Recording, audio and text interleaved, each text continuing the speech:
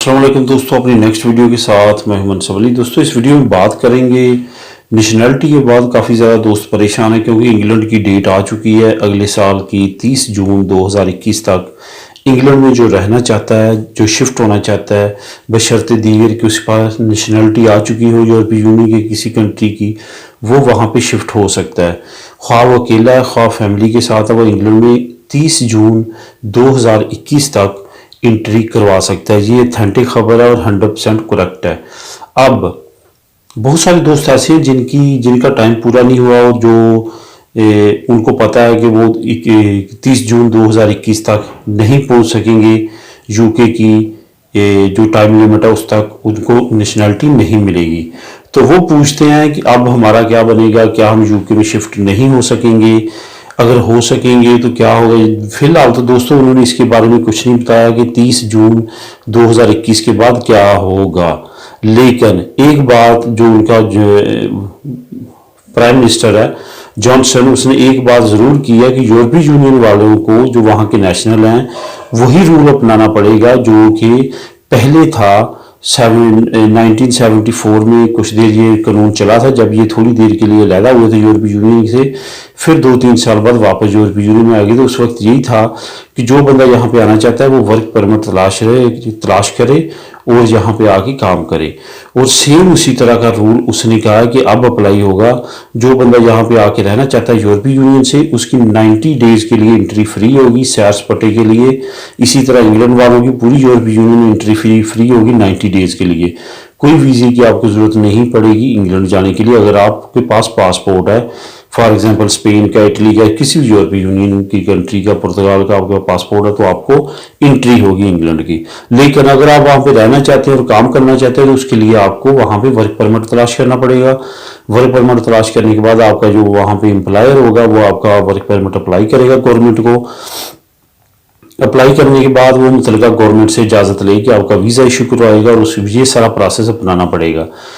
और आपका वीज़ा जब लग जाता है वहाँ पे आप काम करते हैं 3 साल तक आपको कोई भी वहाँ पे जो सोशल फैसिलिटीज़ है वो आप नहीं ले सकेंगे, जिसमें इमदाद शामिल है, मेडिकल शामिल है, इस तरह की सरकारी चीज़ें कोई भी नहीं ले सकेंगे। 3 साल तक आपको काम करना पड़ेगा, उनको टैक्स देना पड़ेगा, उसके बाद आप एलिजिबल होंगे इस सारे प्रोसेस का।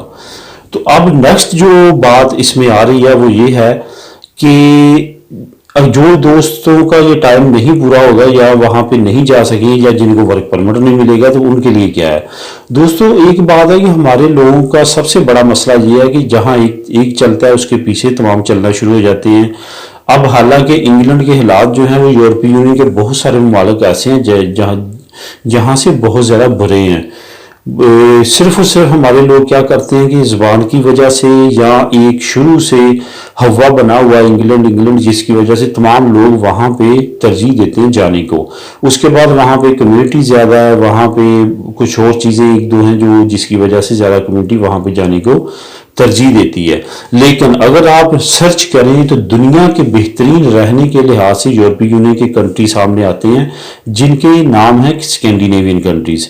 स्कैंडिनेवियन कंट्रीज अगर आप गूगल पे जाके भी सर्च करें, मैं उसकी लिस्ट डिस्क्रिप्शन में डाल दूंगा, आप क्लिक करके देख भी सकते हैं।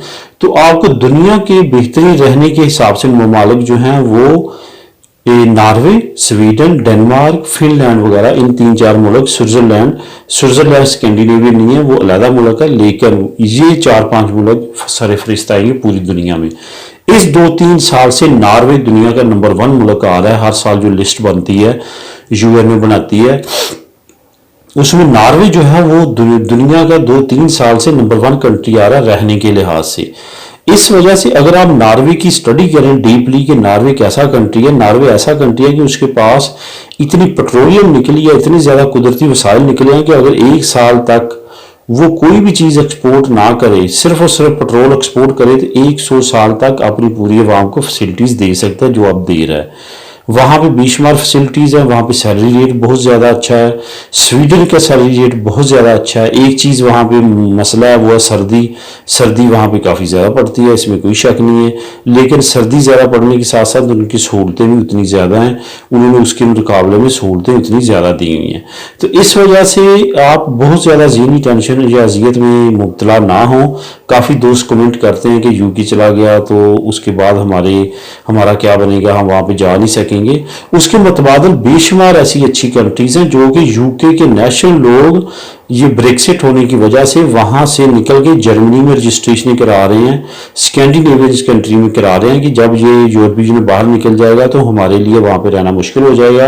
तो जो ब्रिटिश हैं वो जल्द से जल्द जर्मनी में, आप ये भी रिपोर्ट्स पढ़ सकते हैं कि कितनी ज़्यादा तादाद में लोग जर्मनी में रजिस्ट्रेशन करवा रहे हैं, स्कैंडिनेवियन में करवा रहे हैं कि बाद में हम यूरोपीय यूनियन के नेशनल या वहाँ पे रहने के काबिल नहीं रहेंगे। इस वजह से वो भी इसी तरह करवा रहे हैं जिस तरह हमारे लोग यहाँ से जल्द यूके करवा रहे हैं।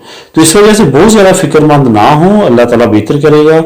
तो इसके अलावा बहुत सारे ऑप्शन है। यूरोपीय यूनियन 28 कंट्रीज़ में से बेशुमार ऐसी कंट्रीज़ हैं जो दुनिया की नंबर 1 कंट्रीज़ हैं, वो रहने के लिहाज से दुनिया की नंबर 1 है और सहूलतों के लिहाज से भी दुनिया की नंबर 1 है। एजुकेशन में अगर आप देखें तो स्कैंडिनेवियन कंट्री हमेशा दुनिया में नंबर 1 रही हैं एजुकेशन प्रोवाइड करने में, ख्वाह वो फ्री हो, ख्वाह बुलंद म्यार की एजुकेशन हो, तो वो स्कैंडिनेवियन का हमेशा म्यार अच्छा रहा है। उम्मीद है आपको ये मेरी वीडियो पसंद आई होगी। प्लीज़ चैनल को सब्सक्राइब करें। मिलते हैं अपनी वीडियो में, तब तक के लिए अल्लाह हाफिज़।